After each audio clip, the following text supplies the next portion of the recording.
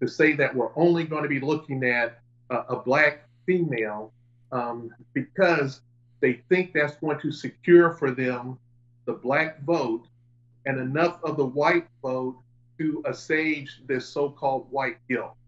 I think it is just so condescending, and instead you should be picking someone based on their superior qualifications, not just on their sex or their race.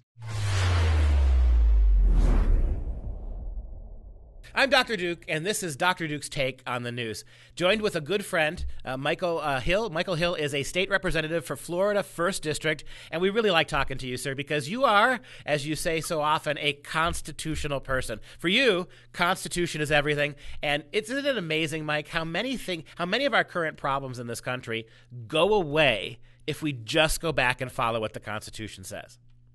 Oh, that's so true. That Constitution was a brilliant document put together by brilliant men who didn't use just their own knowledge. They studied history, they studied governments prior all around the world, and found that the only one that would really work is one that puts the people above the government, and the government only operates by the consent of the governed.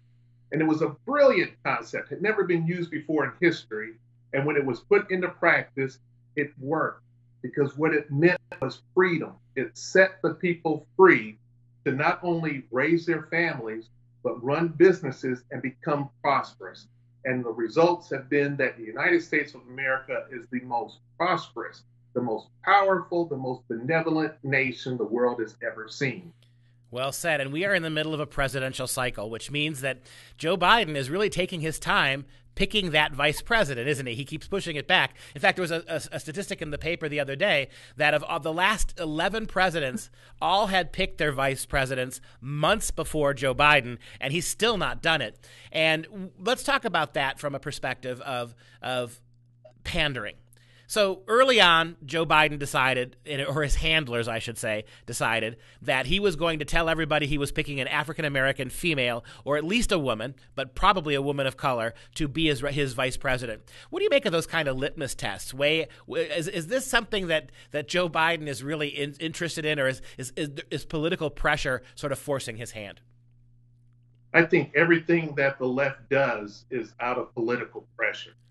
That what they are looking at, instead of picking the right person who is qualified, the person that will best be, who can best be his vice president based on what they want to achieve, I think you should look beyond just race, sex, gender. What you should look at instead is the qualifications for that person. It's really condescending to say that we're only going to be looking at a black female because they think that's going to secure for them the black vote and enough of the white vote to assuage this so-called white guilt. I think it is just so condescending, and instead you should be picking someone based on their superior qualifications, not just on their sex or their race. Well, everybody seems to be arguing there are 4 or 5 African-American women, right? That's going to be where he picks from. Kamala Harris, Stacey Abrams, you've got Valerie Jarrett, just a small number.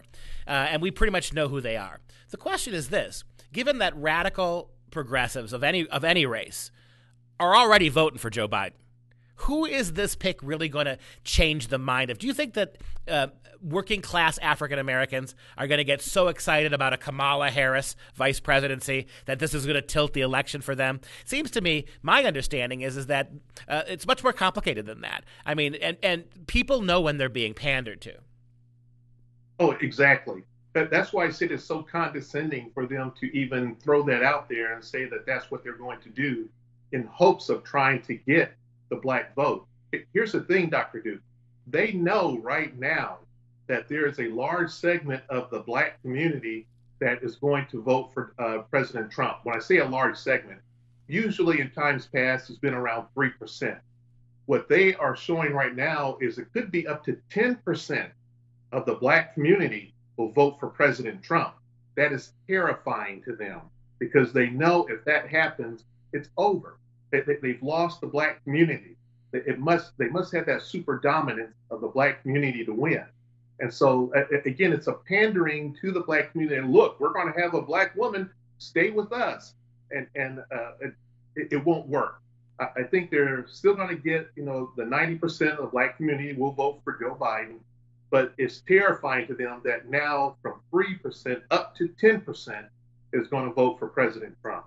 So, what exactly do you think is going to be accomplished by? Is this more of a way of attaching themselves to white progressives who may have thought Bernie was the better answer? Who is he? Who are they really coming after here? Given I think what you said is true. There is a number of, I might even think it's a little bit higher than 10%, who are considering Trump simply because of what was going on before the COVID virus hit. It depends upon what our cultural memory is, right? Donald Trump made a lot of promises about the economy, and it promised African Americans a lot of help in the economy. Seemed like he was getting there until the virus crashed everything. So is this a cynical ploy on the part of progressives to reach the white Bernie voters, you think? Or is it really more about black people? No, I think you're right, Dr. Duke. I think it is about the white progressives because Bernie was talking about this even before COVID hit. That he was looking for a black vice president, female black vice president. And I think it's because the numbers were showing them even then how much of the black community was going to vote for President Trump. But you're right. I think it is to show the white progressives that, yes, we are inclusive. We're someone who's ashamed of our past, and we want to fix that, despite the fact that we had President Obama for 2 terms, and many of his top administrative officials were black, but it did not improve the black community. President Trump came in and immediately instituted those conservative values of reducing taxes, getting rid of unnecessary regulations, and the result was a boom for everyone, including the black community and including white progressives. It really lifted this nation up. Well, if the Democrats were really as ashamed of American culture as they say they are, they really ought to do a better job policing the Democrat name, right? We know that Democrats, 13 of the 15 statues that the Congress voted to remove were of Democrat historical figures, 13 out of 15. We know that the Democrat Party is associated with fighting against civil rights, and it is largely the party of the Ku Klux Klan. Maybe, as one Republican congressman tried to put forward, maybe we ought to get rid of the name Democrat Party. That might be a place to start if they're really sincere about how they hate their privilege, their history. But transferring real quick, we got a couple minutes left. Could you give me an opinion on the females, the women he's picked? Right, we know it's going to come down to a certain one of these women, African American women. What are your opinions of them? I mean, are any of them in your mind qualified here? What is the which one would you argue would be perhaps the most productive? What do you make of the very short, very ethnically undiverse series of candidates that Biden is considering for vice president? Well, I'm not impressed with any of them.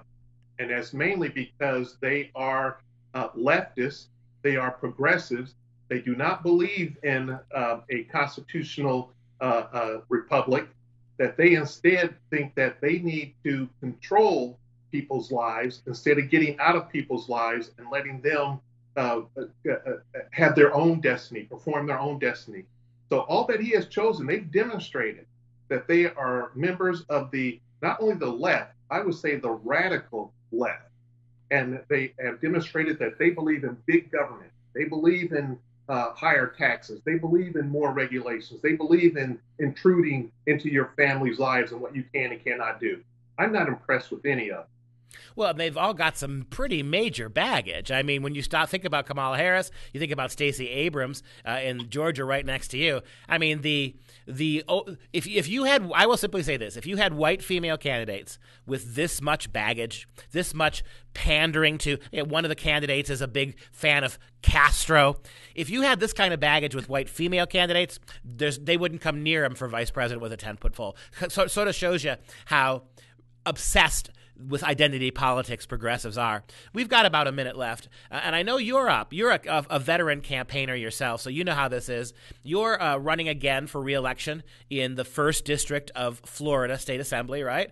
And how many terms have you served? Well, I was first elected in 2013 in a special election, and then re-elected in 2014 in District 2. I then ran again in 2018 in District 1, and now I'm running for re-election in District 1 again. Fantastic. I'm running on a campaign of being a constitutional conservative, believing in limited government, low taxes, personal freedom, and individual responsibility.